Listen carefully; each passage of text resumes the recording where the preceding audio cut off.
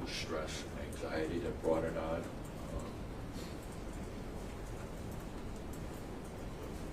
Not a healthy thing. I hope with the outcome of this trial,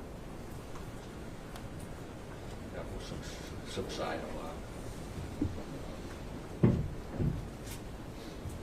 I hope some goal is to hold Alex Jones accountable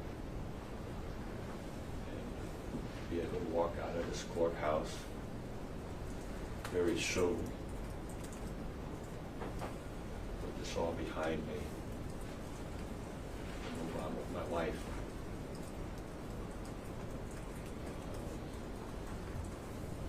Mr. Heslin, is holding Alex Jones accountable for what he's done necessary in your mind to move on with your life? It is. This trial is the only way I can restore my credibility and reputation.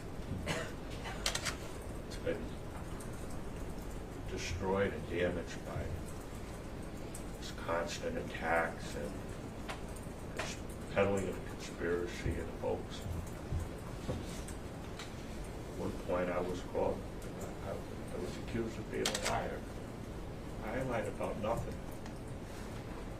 I'm here in this courtroom telling the truth today. Something I remember. This, on the opening statements, defense attorney said, lie to a jury, lose the jury. I would never come and lie. I have never lied about any of this.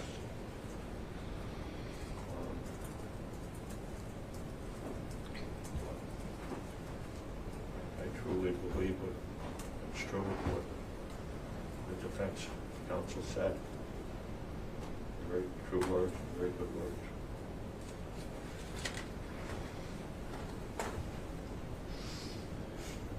Mr. Heslin, I understand that your house has been shot at, while people yell Alex Jones' name in InfoWars. Is that correct? That's correct. Tell us about that, if you would, please. A few years back, my home was shot up. Vehicles were shot up in my yard.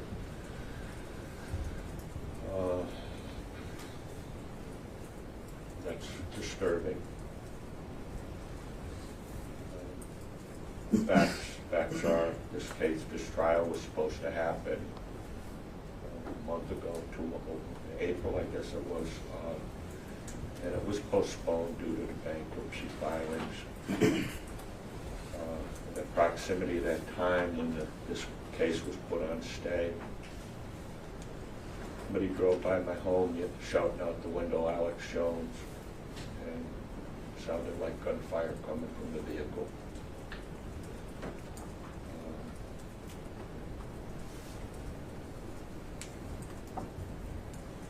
There's no way to have to live. You're aware of other threats to the other families of the Sandy Hook school shooting? I am. And how does that affect how you deal with what is being said and the lies that Alex Jones is pushing? I have my own threats and safety to deal with and worry about. So you have to make it. I'm not making it for you. I object to Legal objection. relevance to other families. Overruled. Thank you, Your Honor. You may continue, Mr. Heslin. I have my own safety to worry about and my own threats. I am aware of the other, many other threats and situations that have happened. Some of them overlap of all the families, not just targeting one in particular. It's disturbing. I feel bad for the other families that they have to endure that too. I mean, I endure it. I have to deal with it. I don't wish it on anybody.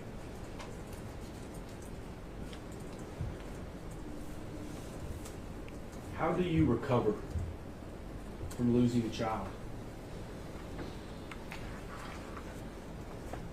Took a long time to You never recover from the loss of a child. I accepted what happened right after it happened. I didn't like it. I couldn't change what happened.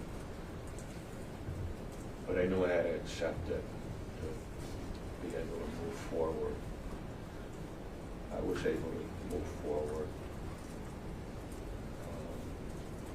But I never, you can't get over the loss of a child.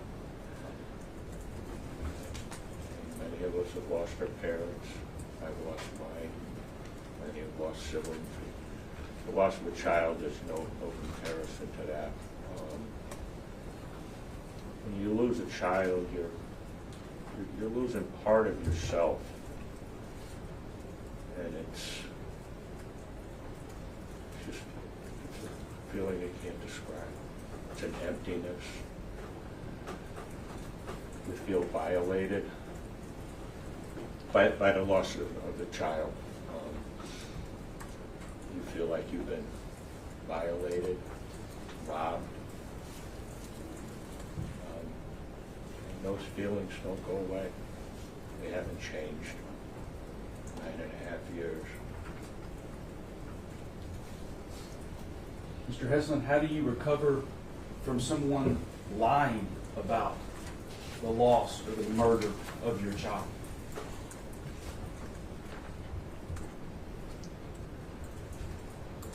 Hold them accountable for their actions.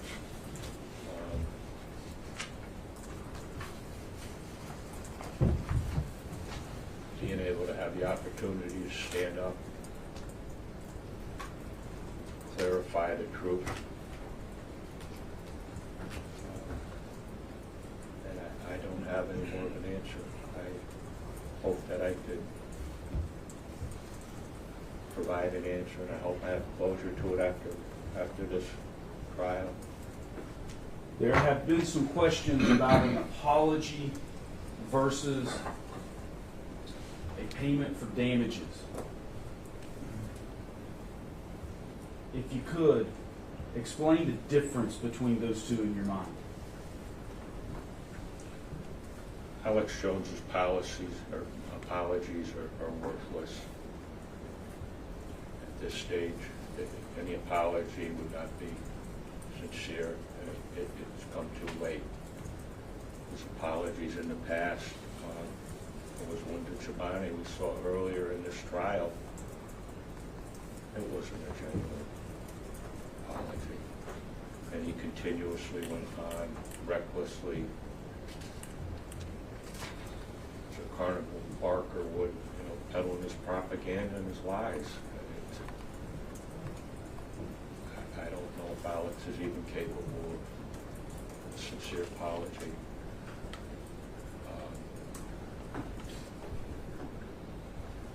What was the other part of the question? The apology that you've told us about now, I'd like for you to compare that in your words to what you're requesting in this case, damages in money, and why. The monetary side of it, I believe that's the only way to really put a stop to it and prevent this from happening anymore. And it's clear an apology hasn't worked for Alex Jones. He hasn't been sincere. And when you give an apology, you don't turn around and say, I'm sorry, and recklessly do what you did before. You apologized. That's not an apology. It's just useless words.